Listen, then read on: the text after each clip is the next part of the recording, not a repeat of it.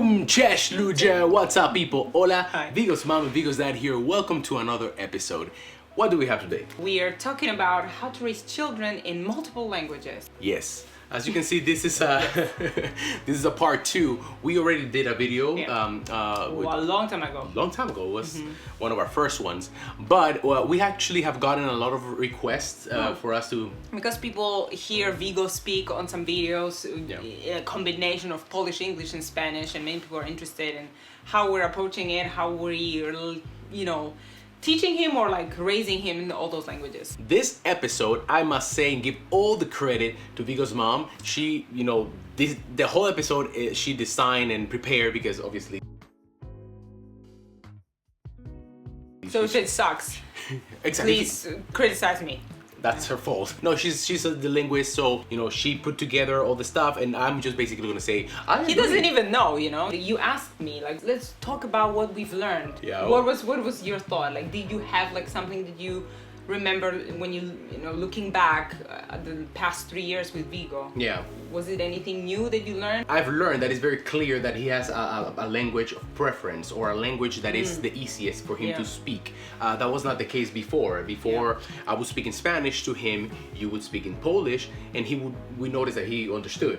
But He was speaking only those two before he started going to the nursery like full time. Yeah. And now it's English is king. Yeah. Phonetically, it's the easiest so for children. from the perspective of linguists, Yes. when it comes to how we as humans learn a language, English is easier. I don't know where Spanish falls in the statistics and all the other languages, but there was a comparison between Polish and English and how you can assess it, You assess it by seeing how native speakers progress as children and then adolescents. When do they become fluent and when do they speak correctly? So that's how you see how complex is the language. And for example, how is it Objectively, for right? Polish people? So I don't remember if the age is exactly correct, but English, I think, already when they're between 10 and 13, they speak like fluently and correctly, and with Polish speakers, it would be 16 years old. So you can see that it's harder. I remember seeing either movies or shows or, I don't know, interviews, like one of those in the streets when they just talk to people. Yeah. Of English-speaking children or youths, and I always felt like they sound so mature, and it's the language skills that they you were there, things, and Polish kids are like, because it affects everything, how you can express ideas, right? If you don't have the big words and you cannot use them properly, then you don't sound so smart. Okay, so we compiled a couple of bullet points here with some tips. If you will take these bullet points, take these tips as if your kid is slightly older, like if the kid already speaks a little bit more. I think and this is from the last year, so between 2 and 3, this is what we discovered. Yeah. I guess. So I think most of these things will apply for a kid that is already speaking, so that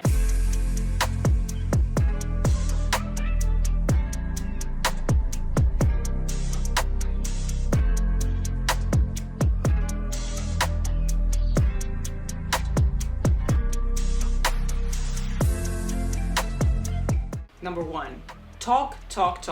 Even when you don't feel like it, even when you feel like you're a crazy person. When your child is learning 3 languages or 2 languages, they are going to develop less vocabulary and grammar in each of them compared to a monolingual child, because obviously they need more time to catch up with all the languages. Yeah. So it's important that you don't, when you're with them, when you're interacting with them, you don't sit there just, watching them silently. You have to either try to talk to them or narrate what's happening, even like, oh, I can see you're reading the book, or do you like this color, or try to ask them questions.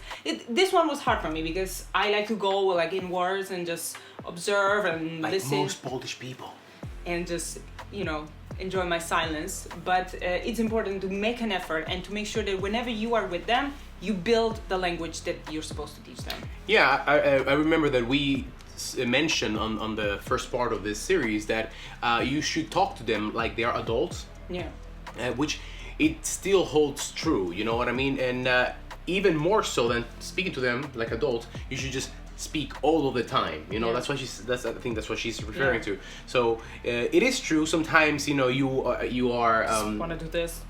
yeah, hide to the phone. Especially if they find some sort of moment, you know, that they are entertained by, you know, reading a book, and they start mentioning, "Papi, mira, mira, papi, la jirafa, mira, papi," and then you are like, yes, I know.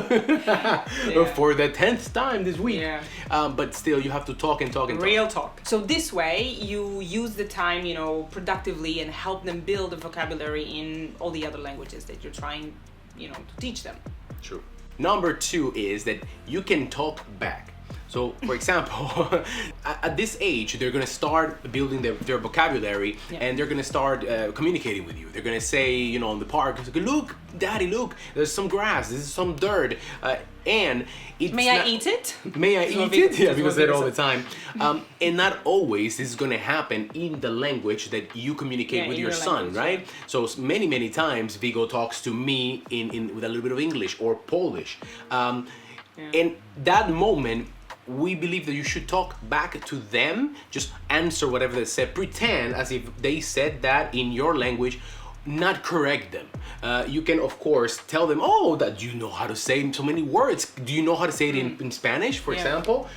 You can encourage them to say it in your language, but don't correct them. Don't say like, "Oh, Daddy doesn't speak English." Not to like kind of shame them, saying, "Oh, that's wrong," or exactly. Don't try not to stress them out, but also by talking back, it's very good to repeat it back to them in your language. So if he asks it in English, you say, "Oh, do you want to do this and this in Spanish?" Or in my case in Polish, so that they answer you or yes or whatever, because now they learn another phrase, you know. Yeah, this that you just mentioned right now, it's a big one that we do, and we've noticed a very big positive outcome out of it.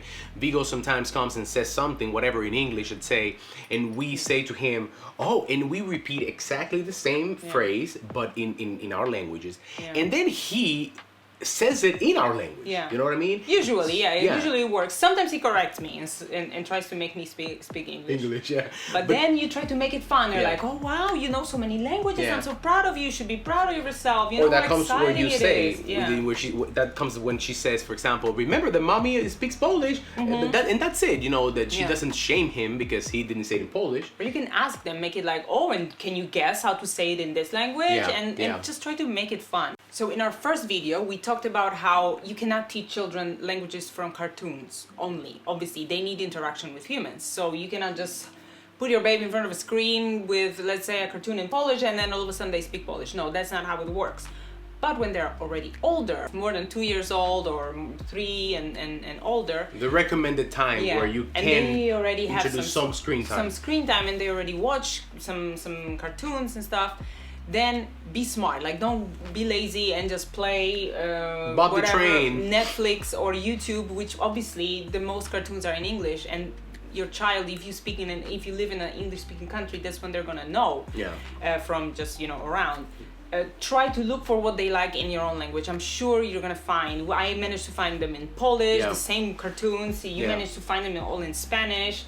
And whenever Vigo wants to watch whatever, Bob the Train or Buster the Bus. Buster the Bus. I just Cocomelon. Do you have Cocomelon in Polish? I don't think so, but I just look for something similar. But Buster I found in Polish. We'll tell Vigo, "Okay, you're gonna watch Buster the Bus, but you're gonna watch it in Polish today," and he never complains. Never complains. He's like, "Okay, I guess Buster speaks all the languages like I do." But once again, we propose. Don't try not to include screens before they're 2 years. And instead of the interaction, it has to be the language that they're already learning, because otherwise it's not going to really work. Let me ask you a question. Do you think that it applies also to books? We've noticed that we have a lot of books in Spanish, Polish, and English. And for example, the other day I sat with him. He has a book with like many things that and have the names in Polish. It's like a little picture dictionary. Exactly. And I know that you go through the book with him in Polish, and I did the other day, and I was going through the things in English, in Spanish with him, and he was very mesmerized, like as if it was a new book to him. Okay. And sometimes I would say, "Look, Vigo, la pala," and he would say, "No."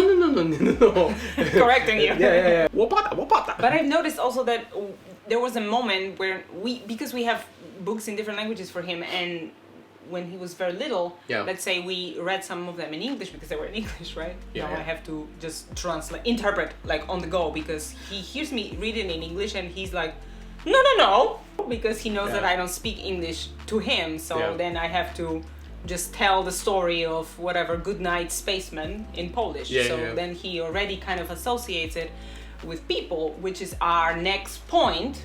Which is find native speakers and use them shamelessly. What we have done here is basically we speak English. Vigo lives in an English-speaking country. He goes to an English-speaking nursery. So, you know, it's no surprise that English is the language that is slightly pulling ahead. On top of the fact that it's the easiest one to learn.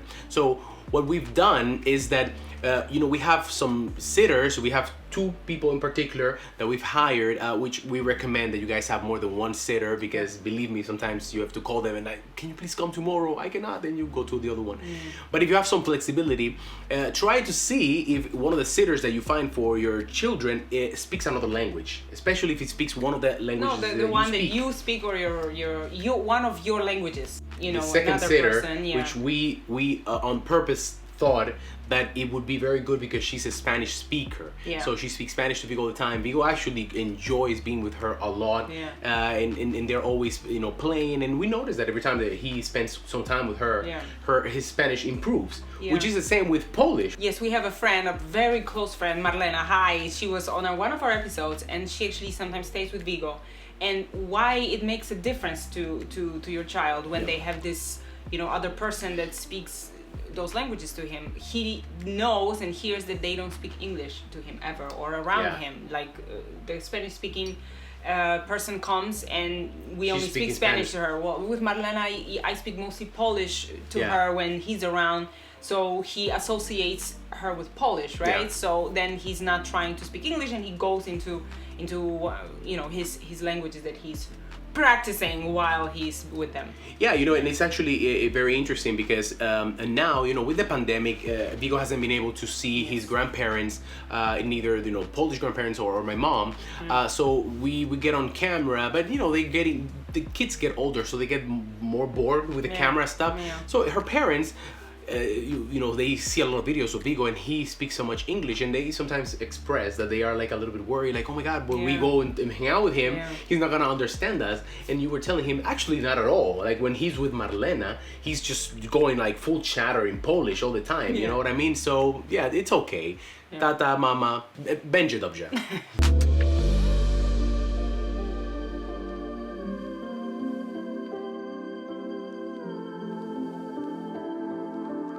And the last thing, this is something we kind of mentioned in one of the points previously, but carrot, not the stick. Don't criticize them, don't correct them, don't say that they're wrong when they speak, you know, the other language to you, not your native language. Yeah. It's important to show them that you're proud of them, that it's impressive that they speak many languages, Yeah. that they are, you know, learning so many things, that they're so good at it, because that will make them want to do that, because there is going to be a moment in their life when they're not going to want to speak either your language or your partner's language. Yeah. They're going to have a preference. And we'll make a part number 15 of this series and let you know They how might be difficult like it is. ashamed even, because there is a part of identity building, you know, element of language, and Of course. you know, they will want to speak the language that their peers speak. Yep, 100%. Obviously it depends from child to child and what relationship you have with them, and what relationship they have with the culture of their background, and Yep. how people react to it. So there are things that you cannot really control sometimes. Yeah, yeah. But it's important to already start building this confidence in the culture and in the language from very, very, very young age. Yeah, it makes me really think about, you know, when you mentioned that he or they might feel ashamed. Children always have challenges. With languages, you have the added thing of identity. You're gonna have the fact that his peers speak English, and they speak it possibly with a certain accent. And let's say that he goes to Poland to visit, or let's say that, you know, we end up moving to Poland or whatnot. He might be like, oh, I understand Polish, I speak Polish, but everyone can hear that it's not native, or it is native, but it's not the same. Many Polish kids actually, when they are raised abroad, they develop an accent in Polish, or they cannot write us correctly as Polish kids that are raised in Polish schools. So there will be challenges. It's important to you reinforce for them that you are proud of them, that that they have is a superpower, you know, and that, well, maybe they're gonna go and beat other kids saying, I speak 3 languages. Well, yes, don't overdo it. Don't overdo it, you know. Boom! That's all, guys. That's the end of the episode. Yeah. I hope you enjoyed it, liked it, and learned something. Those are our biggest takeaways from the last year. And if you have children living abroad or with a partner from another culture, or you just decided that you want to teach them another language from the get-go, from when they're very little, hopefully this was helpful. Good luck. Let us know in the comment box below if you know, first of all, where you're from, if you have kids or not, what languages do they speak. We love listening to your stories. If you don't have kids, what you're doing in this video. Thank you for being here. Yeah, we know that VIGO'S Dad covers a wide range of things. So if you're not into the children thing, see you next week, I guess. Maybe in some years you'll use it. Okay, bye guys. Bye.